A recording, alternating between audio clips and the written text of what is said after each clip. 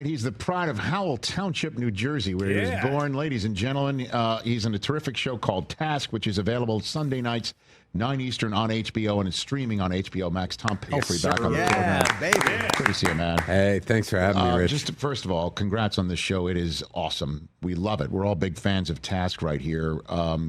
So you play a working class individual in the suburbs of Philadelphia, right? You're a garbage man who kind of breaks bad, for the lack of a better phrase. Sure. And gets into massive amounts of trouble.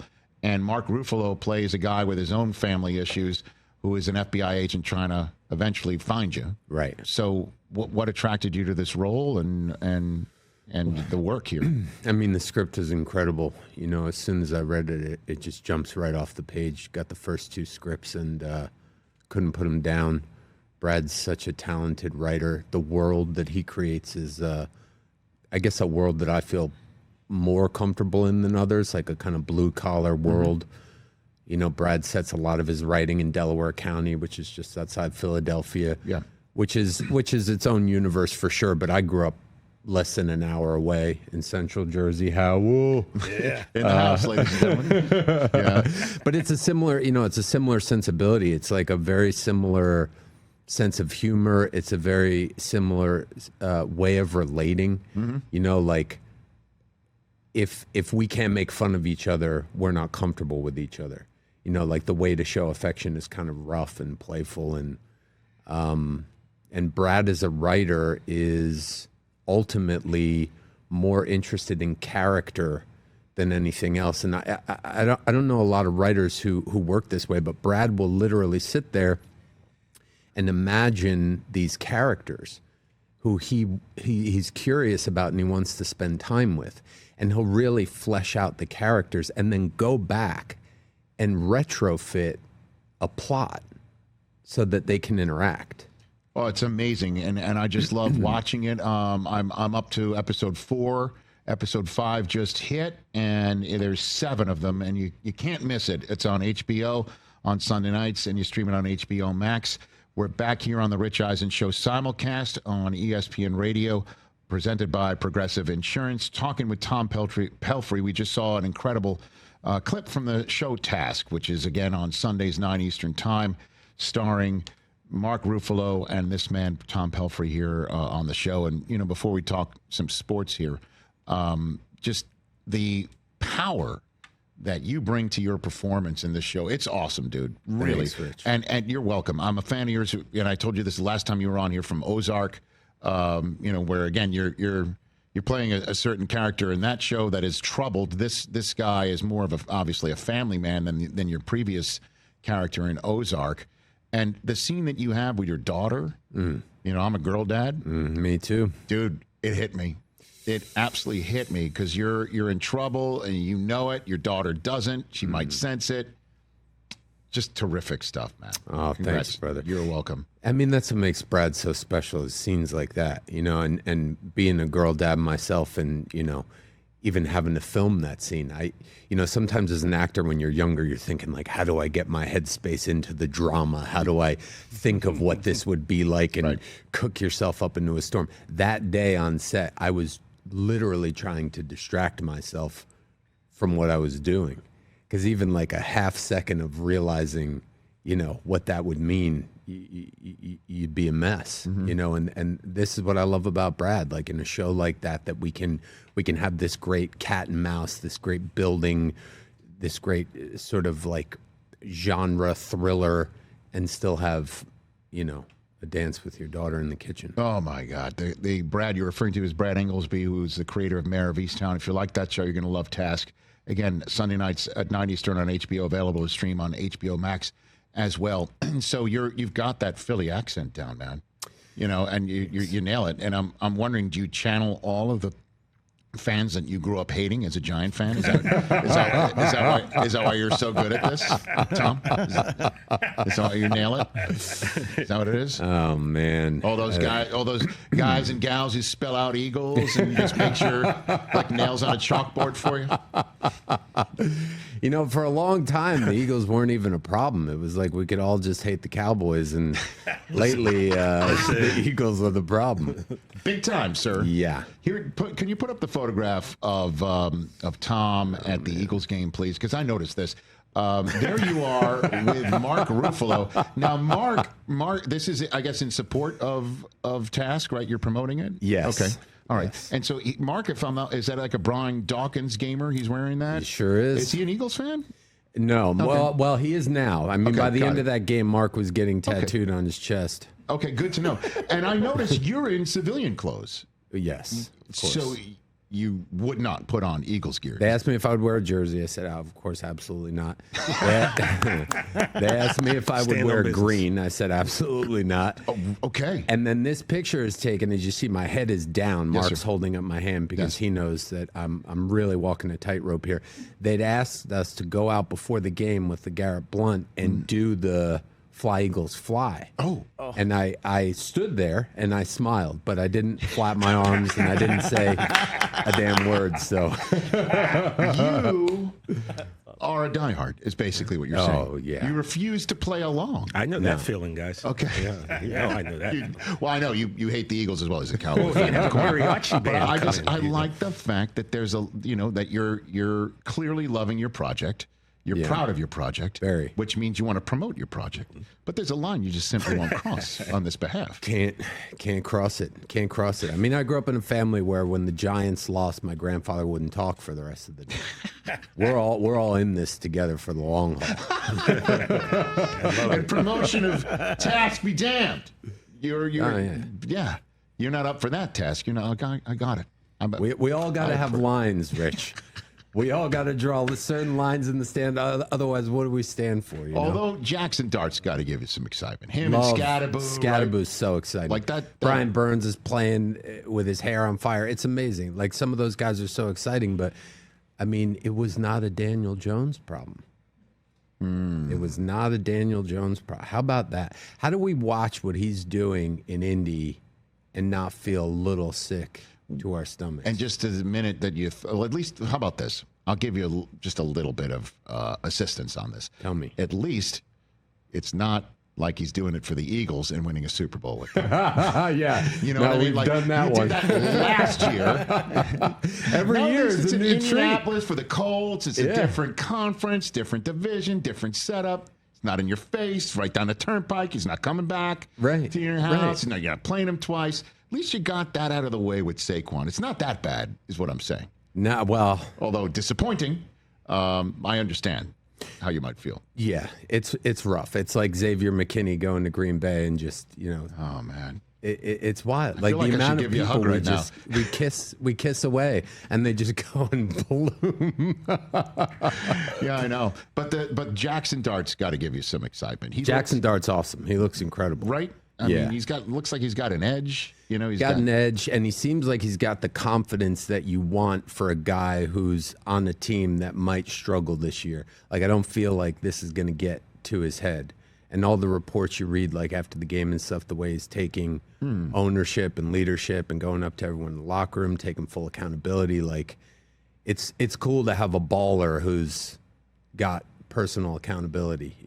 We haven't had a vibe like that, obviously, in a long time. Well, I mean, and Scadaboo, too, in my work, in my role on NFL Network, hosting the Combine and the Draft, I sit next to my colleague Daniel Jeremiah, who's one of the best in the business at analyzing and knowing who's who and what's what. And normally you can compare a player to another player in the National Football League. Well, this rookie could be this person. His comparison for Scadaboo wasn't a player; it was a Plinko chip. And we actually got video from The Price is Right of a Plinko chip going down because that's the way he runs. Yeah, he bounces off things and then he lands in a spot that's money, and then shakes his head and gets back up and what Giants fans are. That's what he's like, that type of Giant. Oh, right? man. Right? It's all vibes. Like, if we don't win another game this year, just the Scadaboo vibes and the Dart vibes, right, building towards the future, that'll it'll keep you somewhat happy. I think they're going to win some games the rest of this year, though. I mean, maybe not this weekend against the Eagles. That loss this weekend was pretty rough, Rich. So I mean, Yeah, pretty rough. We had the Saints. I know, and they turned it over 5 straight times. But I don't want to, We're breaking a lot of linger. records that way. So wait a minute. So when the Eagles are playing, the Giants are playing the Eagles on Thursday Night Football, are you going to get a text from Ruffalo? Like, is he now like one of those fans where he's like locked in and he's now going to take on their mantra? And I'm telling you, I didn't even know if they were going to let him leave the stadium. Really? They loved him. He loved them. He was adopted in that moment to Philadelphia Eagles fandom, Right. because he's from Wisconsin. I said, you got a team that's really good this year, but he was loving the Eagles.